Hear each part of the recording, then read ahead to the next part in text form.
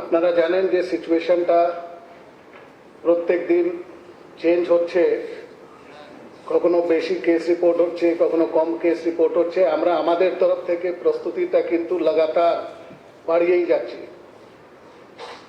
আপনারা আপনার চারপাশে দেখেছেন যে কন্টেইনমেন্ট নিয়ে যে কথা আমরা বলেছিলাম, যেখানে যেখানে প্রিভিলেন্স অফ কেস বেশি আছে, কলকাতা হোক, উত্তর 24 পরগনা হোক, হাওড়া হোক, পূর্ব মেদিনীপুর হোক, সব জায়গা কিন্তু আমরা কন্টেইনমেন্ট করছি।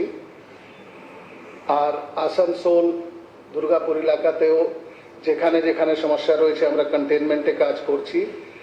বেসিক ডিফারেন্স হচ্ছে যে নর্মাল লকডাউন যেটা সারা পশ্চিম বাংলায় চলছে, সেখানে প্রত্যেক মানুষকে আপিল করা হচ্ছে, বলা হচ্ছে বাড়িতে থাকার, আর এসেন্সিয়াল সার্ভিস আমরা কাছে পিঠে জোগাড় করছি।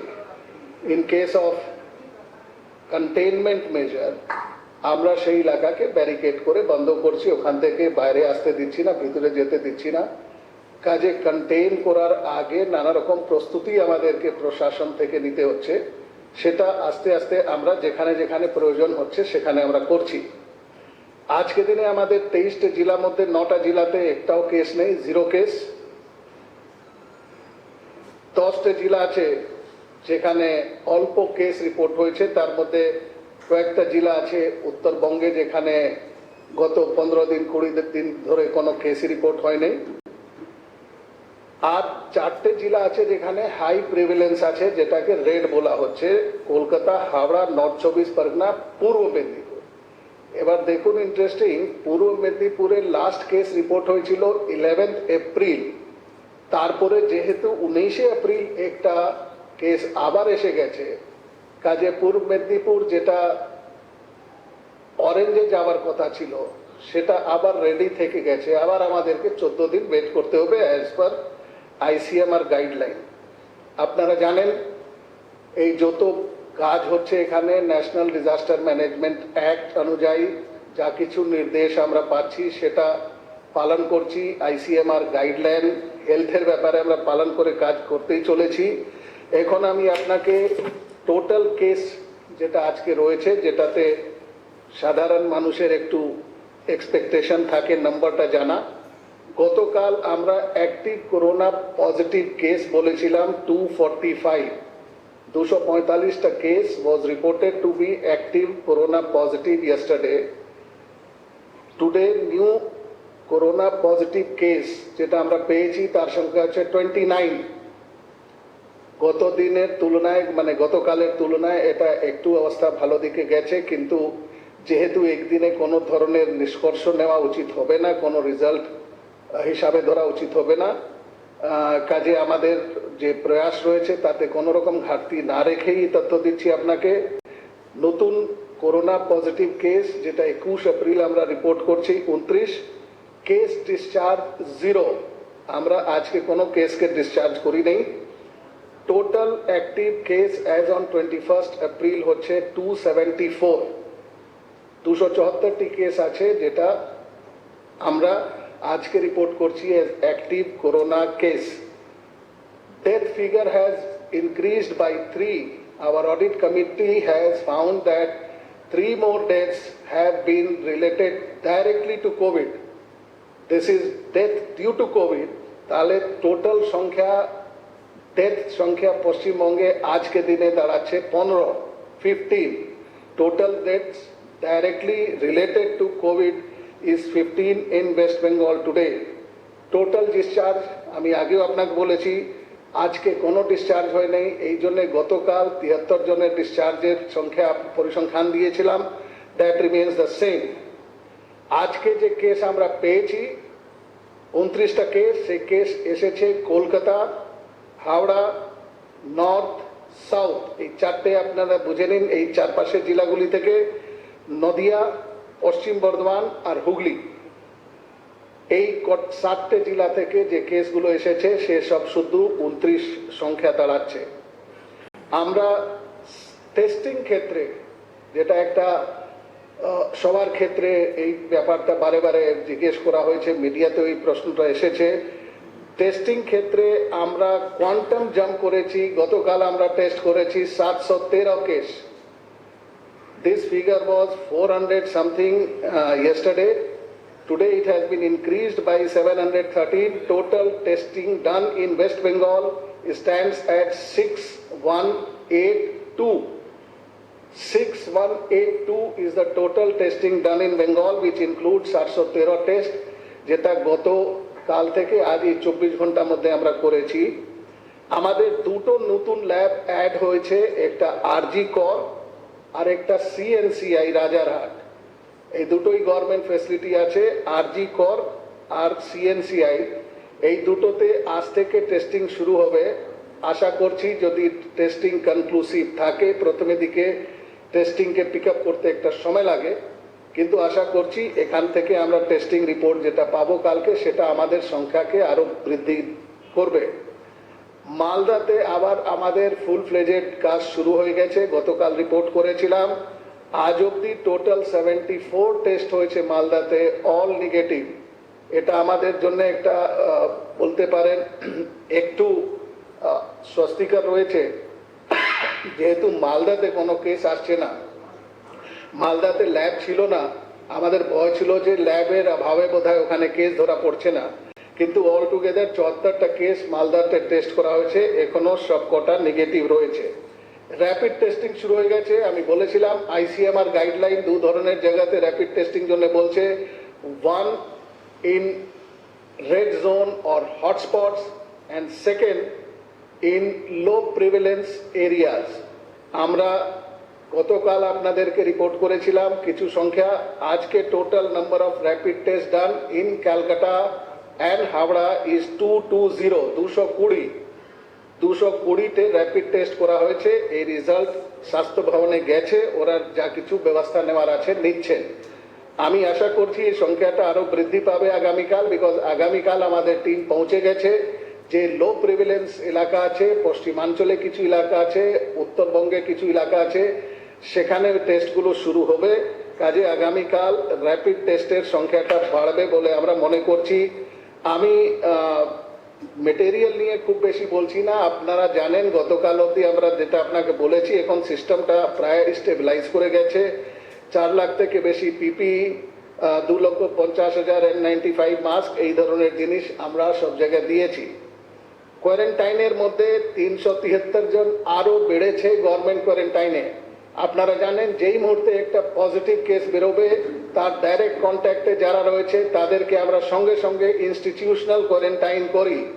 তাতে আমাদের 373 মোর কেস হয়েছে। আজকে পিপল ইন গভর্নমেন্ট কোয়ারেন্টাইন তার সংখ্যা যেটা রয়েছে 5016। এবার হোম কোয়ারেন্টাইন যেটা রয়েছে তার থেকে 1640 জনকে ফ্রি করা হয়েছে। মানে এরা অনুশাসিতভাবে বাড়িতে ছিলেন, এদের সময়টা কেটে গেছে, কোনো সিমটম ডেভেলপ করে নেই, প্রাথমিক মেডিকেল স্ক্রিনিংয়ে দেখা যাচ্ছে এদের কোভিড হওয়ার চান্স নেই। এইরকম 1640 জনকে আমরা রিলিজ করেছি, কিন্তু এখনো 33,305 জন হোম কোয়ারেন্টাইনে রয়েছে। গতকাল থেকে একটা নতুন জিনিস আমরা রিপোর্ট করছি, সেটা হচ্ছে আমাদের ইন্ডাস্ট্রি আর এন্টারপ্রাইজগুলি যে অ্যাপ্লিকেশন দিচ্ছে তার কি অবস্থা আছে। আমরা আজ অবধি 2227 2227 অ্যাপ্লিকেশন পেয়েছি, তার মধ্যে অ্যাপ্রুভাল দিয়েছি 713, রিজেক্ট হয়ে গেছে 412। রিজেক্ট হওয়ার মূল কারণ রয়েছে কিন্তু যারা আমাদের কন্টেনমেন্ট এরিয়া ভিতরে রয়েছেন অথবা কন্টেনমেন্ট এরিয়া পাশে রয়েছেন অথবা যেখানে কন্টেনমেন্ট এরিয়া থেকে লোকেরা আসা যাওয়া করবে। Rejected 412, under process 1102। আশা করছি এর মধ্যে সিংহভাগই আমরা কালকে ইয়েস অথবা নো করতে পারবো। এবার একটা জিনিস যেটা বারে বারে আমাদের কাছে আসছে, why should I give my opinion for Calcutta? You all live in Calcutta, you can see what is happening in Calcutta. I am pretty sure that we have been doing what we are supposed to do. Joto lockdown protocol ache, we are following each one of them. All necessary measures have been taken. Many of you have seen the strict measures that have been taken in Calcutta and neighboring areas, আমাদের 24/7 monitoring চলছে। আপনারা জানেন এই অবধি 28,000 লোককে আমরা বুক করেছি বিভিন্ন ধারায় এই লকডাউন ব্রেক করার জন্য ইন দ্য হোল স্টেট। এর মধ্যে মেজর ইস্যুটা রয়েছে, মাইনর যেমন ক্যালকাটা পুলিশ অ্যাক্ট রয়েছে সেটা ইনক্লুডেড রয়েছে। 28,000 লোককে আমরা বুক করেছি in West Bengal during this period from the end of March till now. তারপরে আমরা প্রায় 3,000 ভেহিকল সিজ করেছি যারা লকডাউনকে ব্রেক করছিলেন অথবা ভায়োলেট করছিলেন। আমরা 3100 থেকে বেশি এফআইআর করেছি। এই এফআইআর করা মানে হচ্ছে যে উই আর অ্যাক্টিভলি পারসুইং ইট। আমাদের যে রেড জোনের জেলাগুলি ছিল সেটা এখনো 4টে জেলাই রয়েছে। আমরা আশা করছিলাম পুরো মেদিনীপুর রেড জোন থেকে বেরিয়ে যাবে, কিন্তু 19 তারিখে একটা কেস হওয়ার জন্য এটা বেরোয় নেই। এখনো 10টে জেলা অরেঞ্জ জোনে আছে আর 9টা জেলা গ্রিন জোনে আছে। কাজে আমি আপনাদের সবাইকে আশ্বস্ত করছি that West Bengal is doing whatever is required to be done to ensure complete lockdown, and we are more focused on places like Calcutta where of late more number of cases are being reported. প্রথম হচ্ছে যে আপনারা নিশ্চয়ই জানেন যে গতকাল অপূর্ব চন্দ্র আর ওনার team মেম্বাররা নবান্নতে এসে আমার সঙ্গে মিটিং করে গেছেন। আমরা গতকাল ব্রিফিং করেছিলাম, তারপরে আজকে আবার আমি গিয়েছি ওনাদের সঙ্গে কথা বলেছি পিএসএফ যে গেস্ট হাউস আছে গুরুসদয় রোড সেখানে। তারপরে ওনারা বললেন যে আমরা কিছু এলাকা কলকাতাতে ঘুরতে চাই। আমরা বললাম ঠিক আছে, আমরা যে কোনো একজন লোকাল অফিসার দিয়ে দিচ্ছি, আপনারা যেখানে ঘুরতে চান কলকাতাতে ঘুরতে পারেন। আমাদের গভর্নমেন্টের স্ট্যান্ড রয়েছে that in a set up like this কেন্দ্র সরকার আমাদের সঙ্গে যোগাযোগ করে এই টিম পাঠালে ভালো হতো। আপনারা জানেন মাননীয় মুখ্যমন্ত্রী ইতিমধ্যেই মাননীয় প্রধানমন্ত্রীর কাছে প্রতিবাদ জানিয়ে চিঠি দিয়েছেন। তিনি বলেছেন এটা আমরা মেনে নিতে পারছি না। এটা সত্ত্বেও যেহেতু ওনারা এখানে এসেছেন, আমরা ওনাদের সঙ্গে গতকালও দেখা করেছি, আজকেও দেখা করেছি। আর আজকে ওনারা কলকাতাতে কতগুলো এলাকাতে পরিদর্শন জন্য বেরিয়েছেন।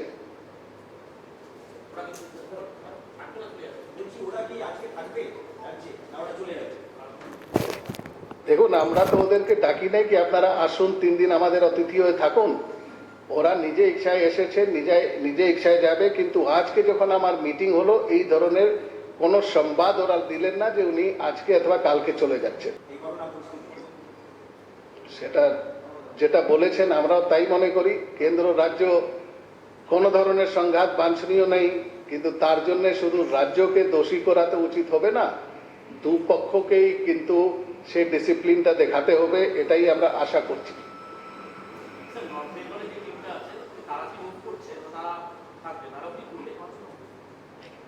কোথায়? দেখুন, আমরা সব রকম রিপোর্ট, আমি নর্থ বেঙ্গল টিম সঙ্গেও যোগাযোগে রয়েছি, গতকালও কথা বলেছি, আজকেও দুবার কথা বলেছি। যত ধরনের আমাদের প্রগ্রেস রিপোর্ট আছে, যত ধরনের তথ্য ওরা জানতে চেয়েছিলেন নর্থ বেঙ্গলকেই দিয়ে দেওয়া হয়েছে। বিনীত যোশী যিনি টিম লিডার আছেন, উনি যদি ইচ্ছা প্রকাশ করেন কি উনি কোথাও যাবেন, আমরা সেটা বিবেচনা করে দেখব। কিন্তু নর্থ বেঙ্গল আর সাউথ বেঙ্গল টিমের মধ্যে একটা বেসিক পার্থক্য রয়েছে যে আমাদের স্ট্যান্ড রয়েছে। গতকালও আমি আপনাদেরকে বলেছিলাম যে আমাদের প্রোটোকল এটাই রয়েছে, যদি কেউ কেন্দ্রীয় দল এখানে আসে তাহলে সবচেয়ে আগে চিফ সেক্রেটারির সঙ্গে দেখা করতে হবে, বিকজ চিফ সেক্রেটারি একমাত্র অথরাইজড লোক আছেন যিনি কোনো কেন্দ্রীয় দল অথবা কেন্দ্রীয় লোকের সঙ্গে কথা বলবেন। এবার সাউথ বেঙ্গলের টিম, ক্যালকাটা টিম এটা করেছে, দুবার আমার সঙ্গে মিটিং হয়েছে, ওরা কিছু কিছু ঘুরতে শুরু করেছেন। নর্থ বেঙ্গলকে আমরা সব রকম রিপোর্ট আজকে দিয়েছি। কালকে ওনাদের কাছ থেকে যদি এই ধরনের কোনো রিকোয়েস্ট আসে তাহলে আমরা নিশ্চয়ই বিবেচনা করে দেখব। কিন্তু নর্থ বেঙ্গল টিম যেটা আমাদের যেটা আশা ছিল যে আগে চিফ সেক্রেটারির সঙ্গে কথা বলে তারপরে নর্থ বেঙ্গল যেতেন, ওনারা সরাসরি দিল্লি থেকে নর্থ বেঙ্গল গেছেন। তাতে আমাদের যে প্রোটোকল আছে সেটা কিন্তু খর্ব হয়েছে। সেটা তো ওনারা ডিসাইড করবেন। ওনাদের তো আবার বলছি, আমাদের এজেন্ডার জন্য তো ওনারা আসেননি, ওনাদের নিশ্চয়ই কিছু বলা হয়েছে কেন্দ্র সরকার থেকে। আমাদের তরফ থেকে কিছু বলা হয় নাই, আমি শুধু এটাই ওনাদেরকে বলেছি যদি এইরকম এলাকাতে যাবেন যেটা হটস্পট আছে তাহলে সমস্ত রকম আপনারা প্রিকশন নিয়ে যাবেন, আর যতটা সম্ভব হয় গাড়ি থেকে নেমে ঘুরবেন না রাস্তায়, যদি ঘুরতে চান তাহলে আপনি জেনে নেবেন whether it is safe or not, because যারা বাইরে থেকে এসেছেন তাদের সেফটি সিকিউরিটি আমাদেরকে দেখতে হবে, কিন্তু আমাদের তরফ থেকে কিছু বলা হলো না কি আপনি হট স্পট যাবেন কি কোল্ড স্পট যাবেন।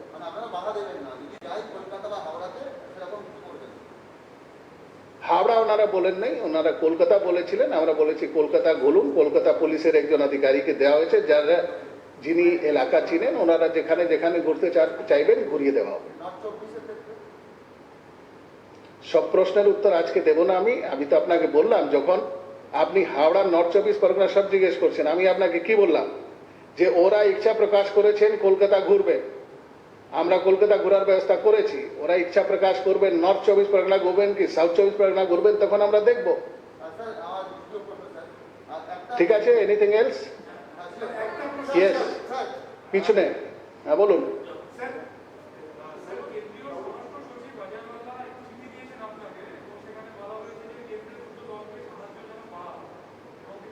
নিশ্চয়ই আমরা তো করছি, সাহায্য না করার তো কোনো কারণ নেই, আমরা তো করছি, কিন্তু আমাদের স্ট্যান্ড যেটা আছে সেটা এটাই আছে যে এখন সবাই ব্যস্ত আছে, করোনার সঙ্গে ফাইট করছে, এর মধ্যে একটা টিম আসছে, তিনি তথ্য চেয়েছেন অথবা কিছু দেখতে চেয়েছেন, সেটা তো আমরা বাইরে থেকে টিম এসে আমাদেরকে লকডাউন কি করে করতে হবে বোঝাতে পারবে না, সেই লকডাউনটা আমরাই করব, অথবা আমরা যেটা দেখতে পাচ্ছি না তারা গাড়িতে বসে বসে অথবা গেস্ট হাউসে বসে বসে কি করে দেখতে পারবে। কাজে আমরা মনে করছি যে ওরা এসেছেন, আমরা যত ধরনের তথ্য ওনারা চাইবেন, আমাদের নানা রকম ব্যস্ততার মধ্যেও সময় বের করে তাদেরকে সময় দিয়ে আমরা চেষ্টা করব ইনফরমেশন দেওয়া, কিন্তু আমরা কাজকর্ম বন্ধ করে সেন্ট্রাল টিম সঙ্গে ঘুরতে পারবো না।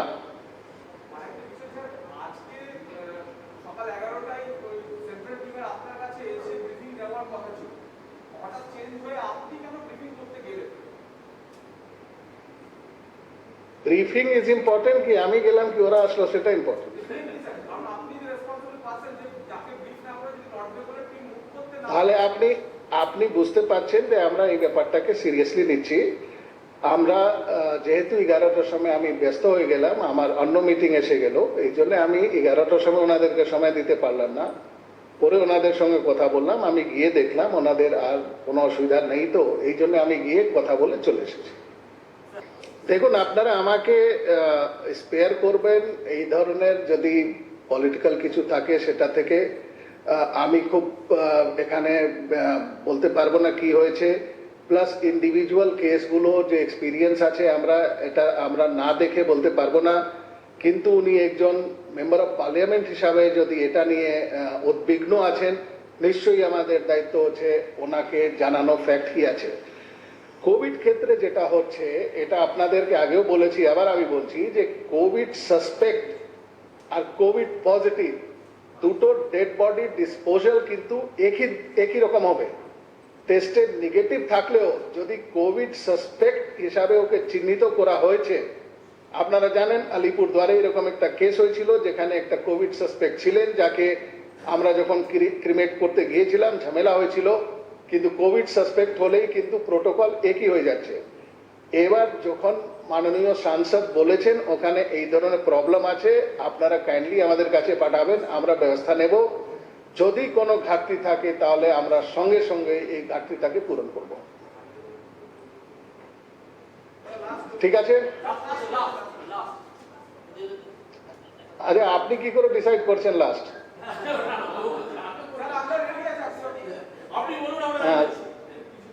Okay, this is the last yes.